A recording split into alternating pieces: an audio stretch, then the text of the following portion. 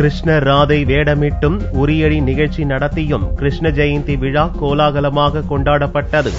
August 17ஆம் தேதி ஞாயிறன்று நாடு முழுவதும் கிருஷ்ணர் ஜெயந்தி விழா உற்சாகமாக கொண்டாடப்பட்டது. கோவை மாவட்டம் மேட்டுப்பாளையத்தை அடுத்த காரமடையில் 1000த்திற்கும் மேற்பட்ட குழந்தைகள் கிருஷ்ணர் ராதை வேடமிட்டு ஊர்வலமாக வந்தனர். காரமடை அரங்கநாதர் கோவிலில் துவங்கிய ஊர்வலம் 4 ரத வீதியாக வலம் வந்தது. தொடர்ந்து கலை நிகழ்ச்சிகளும் நடந்தன.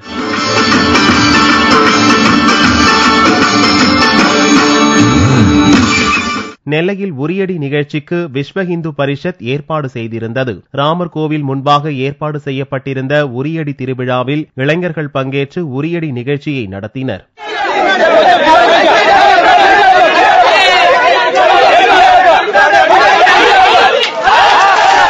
இந்த கிருஷ்ண ஜெயந்தி விழாவை நாங்க ஏன் நடத்துறோம்னு சொன்னா, கிருஷ்ண ஜெயந்தி அன்றைக்கு தான் இந்த விஸ்வ இந்து பரிஷத்து 1964 மும்பையில சாந்திபவன் என்ற ஒரு ஆசிரமத்தில் வச்சு உருவாக்கப்பட்டது. அதனால ஒவ்வொரு ஆண்டும் கிருஷ்ண ஜெயந்தி விழாவை விஸ்வ இந்து பரிஷத்தை மிக சிறப்பாக நடத்த வேண்டும் என்று முடிவு செய்து இந்த ஆண்டு பொன்விழா ஆண்டாகவும் அதே நேரத்தில் கிருஷ்ண ஜெயந்தி விழாவை மிக சிறப்பாகவும் நடத்துவதற்காக இது தேர்ந்தெடுக்கப்பட்டு இன்று நடைபெறுகிறது. விஸ்வ இந்து பரிஷத் கடந்த 1964 மும்பையில் உள்ள சாந்தி பவன் என்ற ஆசிரமத்தில் கிருஷ்ண ஜெயந்தி தினத்தன்று துவக்கப்பட்டது.